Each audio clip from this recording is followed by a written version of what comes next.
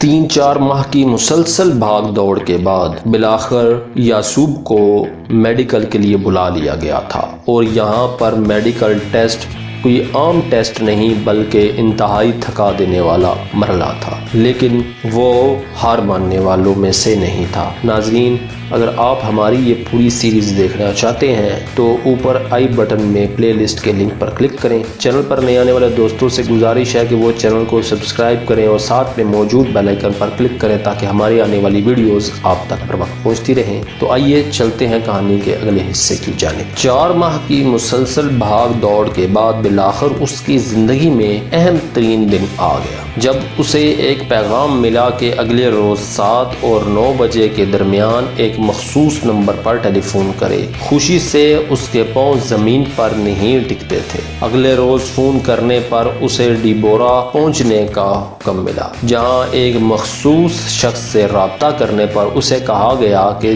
تیسرے روز وہ تل ابیب کے بولیوارڈ پر ہارڈفنا بلڈنگ کے مین فلور پر صبح 11 بجے تک پہنچ جائے۔ اس بلڈنگ سے متعلق اسے پہلے سے علم تھا کہ سیمنٹ کی بنی یہ پراسرار عمارت ہی دراصل موساد کا ہیڈ کوارٹر ہے۔ عمارت کے باہر سیکیورٹی بھرتی سینٹر کا بورڈ لگا تھا۔ یعصوب کچھ دیر پہلے ہی پہنچ گیا تھا۔ اس نے یہ وقت یہاں موجود ایک کیفے میں کافی اور برگر کے ساتھ گزارا اور مقررہ وقت پر مین فلور پر پہنچ گیا۔ مقررہ وقت پر جیسے ہی وہ کمرے میں داخل ہوا، اس کا سامنا گوریان سے ہو گیا۔ خوش آمدید نوجوان، تمہارا انتخاب تقریباً ہو چکا ہے۔ یوں سمجھو تم نے 90% امتحان پاس کر لیا۔ تم ایک عظیم سلطنت کے عظیم باشندے ہو، اور عظیم اسرائیل کے لیے چونکہ تم سے مستقبل میں بہت اہم خدمات لی جائیں گی، اس لیے ہم نہیں چاہتے کہ تمہارے انتخاب میں کوئی بھی کمی رہ جائے۔ ہم تمہیں بہترین دیکھنا چاہتے ہیں۔ تم کل اپنے کپڑوں کے 2 سوٹ کیس لے کر اسی دفتر میں پہنچ جاؤ، جس کے بعد تمہیں آخری مرحلے سے گزارا جائے گا۔ گوریان نے اس سے کہا۔ یعصوب اسبات میں سر ہلاتا رہا۔ اب وہ کسی بھی سرپرائز سے پریشان نہیں ہوتا تھا۔ وہ ہر دفعہ موساد کی کال پر متعلقہ ٹیسٹ کو آخری ٹیسٹ جان کر ہی جایا کرتا تھا، اور اب تک ہر مرتبہ اسے یہی بتایا گیا تھا کہ ابھی ایک اور ٹیسٹ باقی ہے، لیکن کسی نادیدہ قوت نے جیسے اس کے کانوں میں سرگوشی کی کہ اب کوئی اور ٹیسٹ باقی نہیں رہا، اور وہ واقعی موساد میں بھرتی کا آخری امتحان دے رہا ہے۔ اس بات کا علم اسے بعد میں ہوا کہ موساد کے کسی بھی ایجنٹ کا انتخاب 5000 امیدواروں میں سے ایک امیدوار کی بنیاد پر کیا جاتا تھا، اور ہر منتخب ہونے والے کو فوراً ہی اس بات کا احساس دلایا جاتا تھا کہ وہ ذہنی اور جسمانی لحاظ سے دوسروں سے بہت برتر اور اپنے میدان میں یکتائے روزگار ہے۔ اپنے 2 سوٹ کیسوں میں جب وہ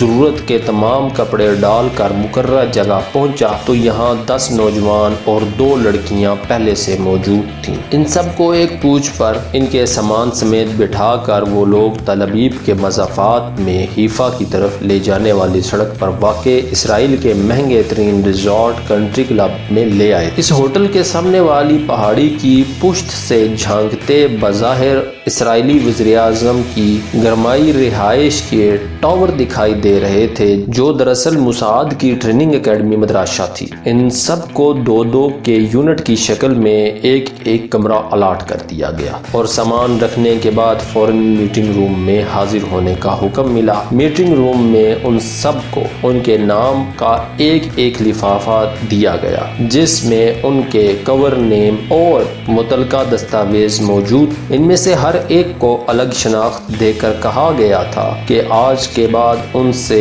اس شناخت کے مطابق ڈیل کیا جائے گا۔ اب وہ اپنی جعلی شناخت، پیشہ، تاریخ پیدائش، خاندانی اور معاشرتی حیثیت، اپنے پیدائش اور رہائش کے مقامات، بچپن سے اب تک کا زمانہ اور مختلف مراحل پر پیش آنے والے واقعات کو 3 گھنٹے کے اندر ازبر کر لے، جس کے بعد ان سے ان کی کور حیثیت سے متعلق سوالات کیے جائیں گے اور وہاں موجود افسران کی کوشش ہوگی کہ وہ ان کے کسی بھی جھوٹ کو پکڑنے کی کوشش کریں، جبکہ انہیں اپنی کور حیثیت سے متعلق معمولی پریشانی کا شکار ہی نہیں ہونا اور پورے اعتماد سے جھوٹ بولتے چلے جانا ہے۔ 3 گھنٹے بعد انہیں دوبارہ اکیلے مختلف کمروں میں طلب کیا گیا اور ان کی جعلی زندگی سے متعلق 3-4 لوگوں نے ایک امیدوار پر سوالات کی بوچھاڑ کر دی۔ ان لوگوں کے پوچھنے کا طریقہ ایسا حیران کن اور نفسیاتی تھا کہ کسی نہ کسی مرحلے پر مخاطب کا چوک جانا لازم تھا۔ یاسوب کو یاد آ رہا تھا کہ انسٹرکٹر اس سے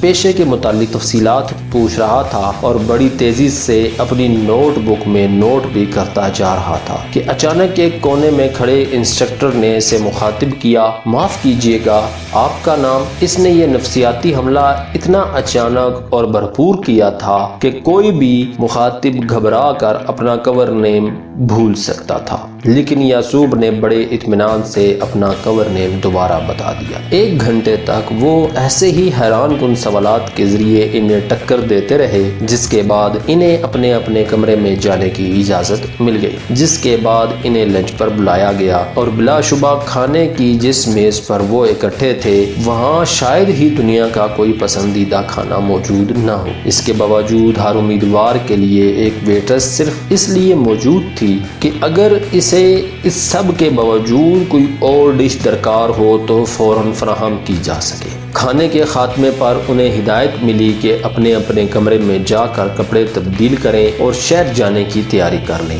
جہاں ان کا اگلا امتحان ہونا تھا۔ اب انہیں 3 کے گروپ میں تقسیم کر دیا گیا۔ ہر گروپ کے ساتھ 2 انسٹرکٹر تھے جو انہیں اپنی کار میں لے کر تل ابیب کے مرکزی علاقے کی طرف جا رہے تھے۔ اچانک ہی گاڑی کنگ سلیمان بولیوارڈ کے قریب ابن گویرا کے پاس رک گئی۔ انسٹرکٹر نے یاسوب کو باہر آنے کا اشارہ کیا۔ یاسوب کو ساتھ لے کر وہ پیدل ایک رہائشی علاقے کی طرف چلا گیا، جبکہ کار آگے بڑھ گئی۔ ایک پلازے کے سامنے رک کر اس نے تیسری منزل کی ایک بالکنی کی طرف اشارہ کیا اور یاسوب کو مخاطب کرتے ہوئے کہا، میں چاہتا ہوں کہ تم اس بالکنی میں 3 منٹ تک خالی ہاتھ کھڑے رہو، جس کے بعد اندر جاؤ اور دوبارہ واپس آؤ اور اس بالکنی والے فلیٹ کا مالک یا کرایہ دار بھی تمہارے ساتھ ہو۔ تمہارے ایک ہاتھ میں پانی کا گلاس ہو اور تم وہاں 6 منٹ تک مالک یا کرایہ دار سمیت کھڑے رہو۔ اس نے اچانک ہی یاسوب کو مہم سونپ دی۔ اس نے صرف ایک لمحے کے لیے سوچا اور ذہنی طور پر تیار ہوا۔ یاسوب جانتا تھا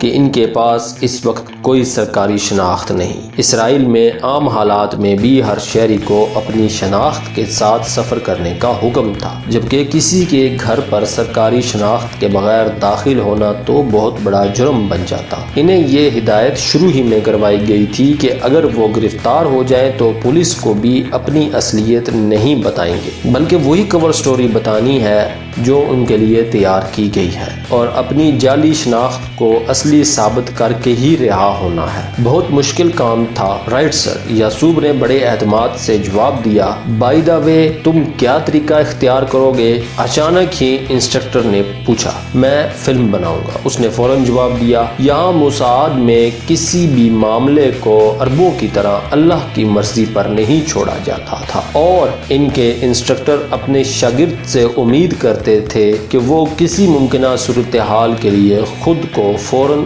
ذہنی اور جسمانی طور پر تیار کر لے اور آنکھیں بند کر کے چھلانگ لگانے کے بجائے صورتحال کو سمجھ بوجھ کر ہی کوئی قدم اٹھائے۔ گڈ لک، انسٹرکٹر نے مسکراتے ہوئے اس کی طرف ہاتھ بڑھایا۔ یاسوب تیزی سے پلازا کی سیڑھیاں پھلانگتا اس فلیٹ کے دروازے پر جا پہنچا جس کی بالکنی کی طرف انسٹرکٹر نے اشارہ کیا تھا۔ دروازے کی گھنٹی بجانے پر ایک بوڑھی عورت باہر آئی۔ میرا نام سائمن ہے میڈم، اس نے بوڑھی عورت کو کچھ بولنے کا موقع دیے بغیر کہا۔ بوڑھی عورت خاموشی سے اس کی شکل دیکھ رہی تھی جس پر خاصی شرافت طاری تھی۔ آپ تو جانتی ہیں کہ آج کل یہاں سڑک پر کس بری طرح آئے روز حادثات ہو رہے ہیں۔ ہاں ہاں، عورت نے اسبات میں سر ہلایا۔ میرا تعلق ٹرانسپورٹیشن سے ہے اور ہم لوگ آپ کی بالکنی کرائے پر لینا چاہتے ہیں، اس نے عورت سے کہا۔ میری بالکنی؟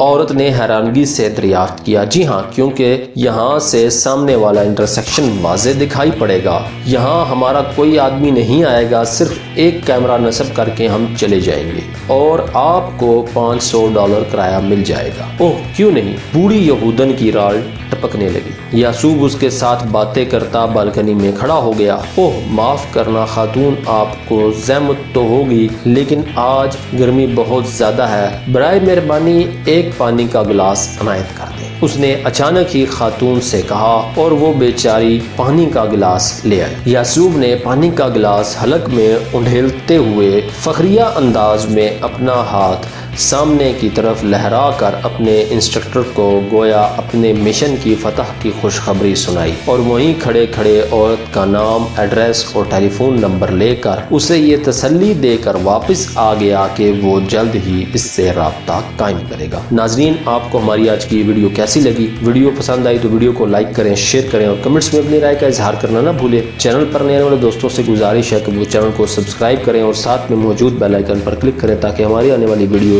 آپ کو بر وقت ملتی رہیں۔